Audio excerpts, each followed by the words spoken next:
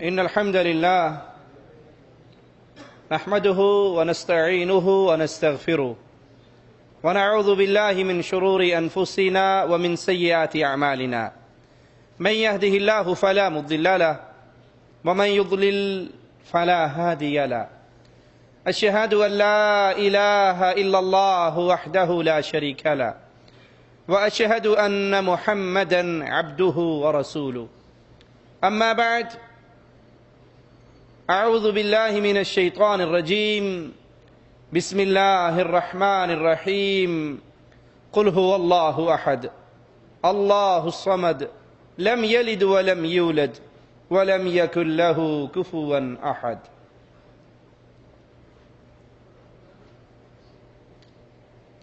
کفار مکہ کے ظلم و ستم سے تنگ آ کر صحابہ کرام مکہ سے مدینہ ہجرت کر گئے۔ رسول اللہ صلی اللہ علیہ وسلم بھی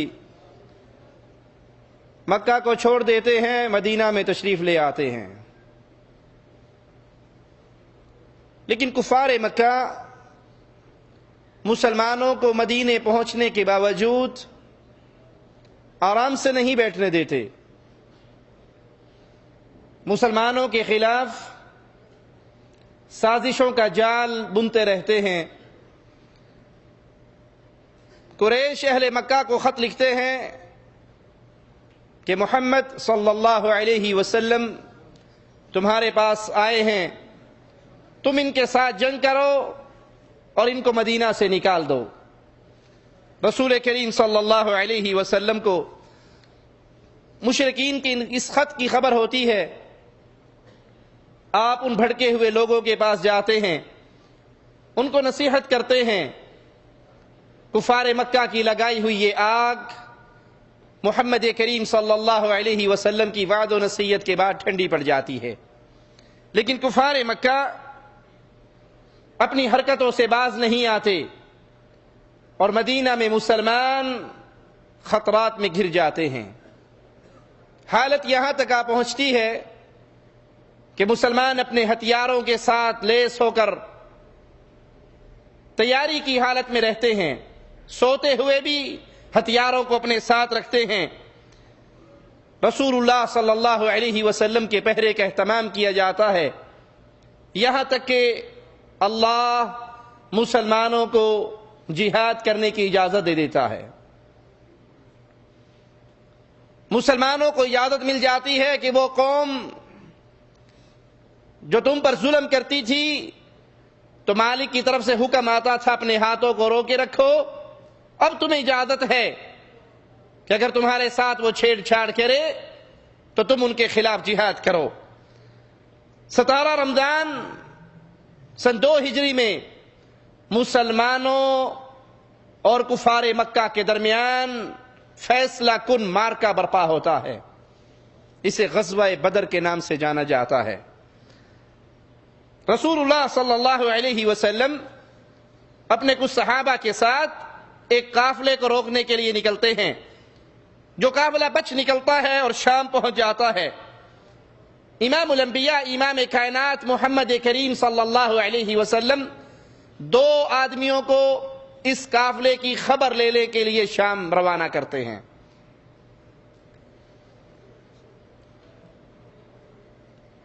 امام الانبیاء علیہ السلام کی سیرت کے یہ واقعات جہاں ہمارے لیے بہت سے دروس اور نصیحتیں لیے ہوئے ہیں، وہیں پر عقیدے کے الجھے ہوئے مسائل ان واقعات پہ غور کرنے سے سلجھ جاتے ہیں۔ اللہ کے حبیب علیہ السلام نے 2 آدمی شام روانہ کیے اس قافلے کی خبر کے لیے، اور جب وہ قافلہ شام سے نکلتا ہے، یہ 2 آدمی امام الانبیاء امام کائنات محمد کریم صلی اللہ علیہ وسلم تک خبر پہنچا دیتے ہیں کہ قافلہ شام سے روانہ ہو چکا ہے۔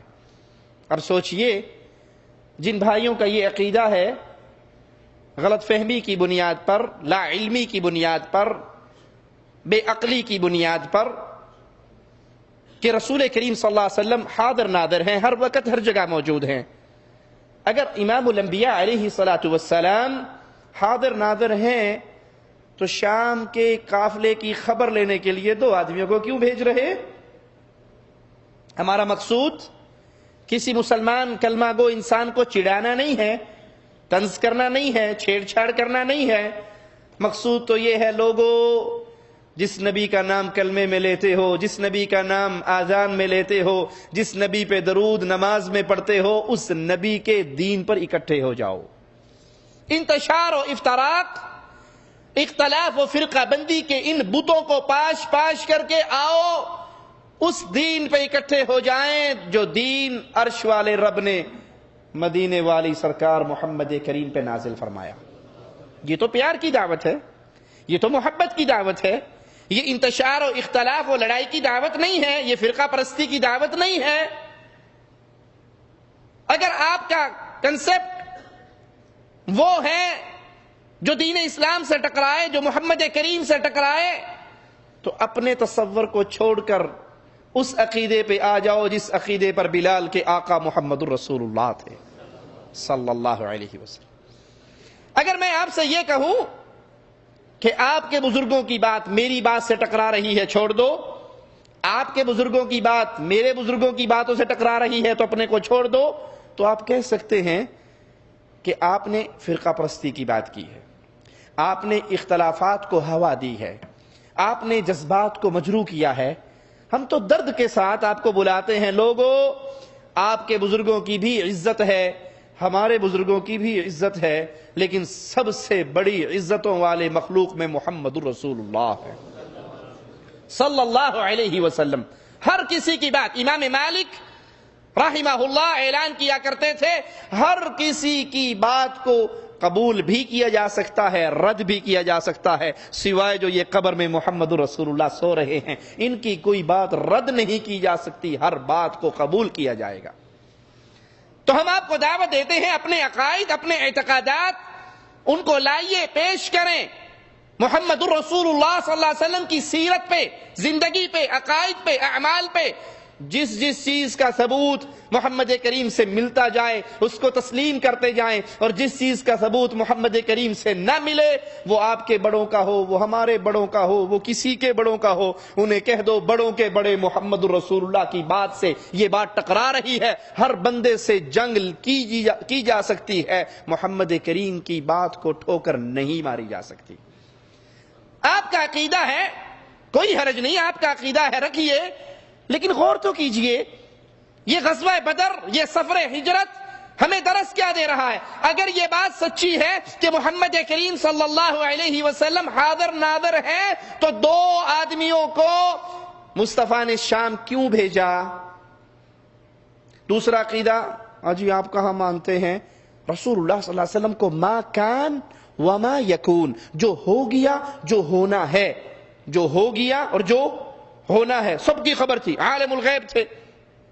ہمارا عقیدہ ہے کہ محمد کریم صلی اللہ علیہ وسلم وہ بات جانتے تھے جو اللہ بتا دیا کرتا تھا، اور جو اللہ بتا دے وہ غیب تو رہتا ہی نہیں، وہ تو علم بن جاتا ہے.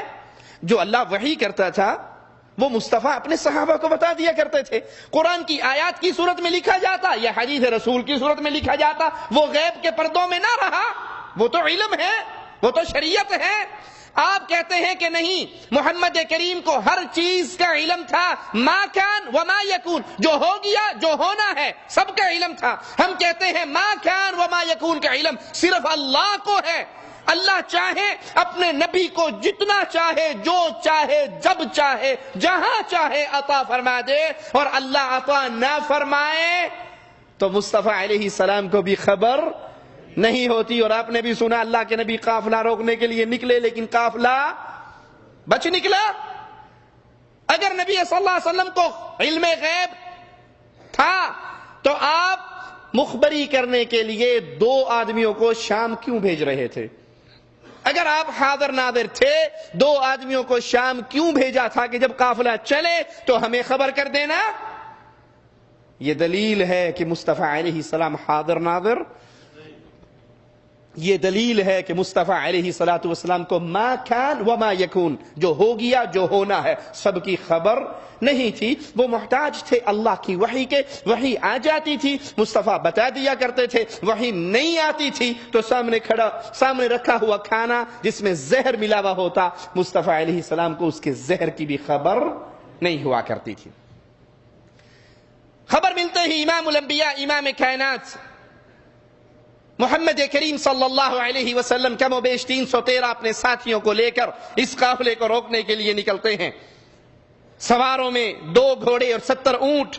آپ نے سفید جھنڈا سیدنا مصعب بن عمیر کے حوالے کیا، مہاجرین کا جھنڈا سیدنا علی کے حوالے کیا، انصار کا جھنڈا سعد بن معاذ رضی اللہ عنہم اجمعین ان کے حوالے کیا۔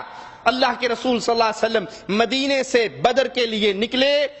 مکہ سے شام آنے جانے والے قافلے اس بازار کے اندر، اس مقام کے اندر آرام کیا کرتے تھے، رکا کرتے تھے۔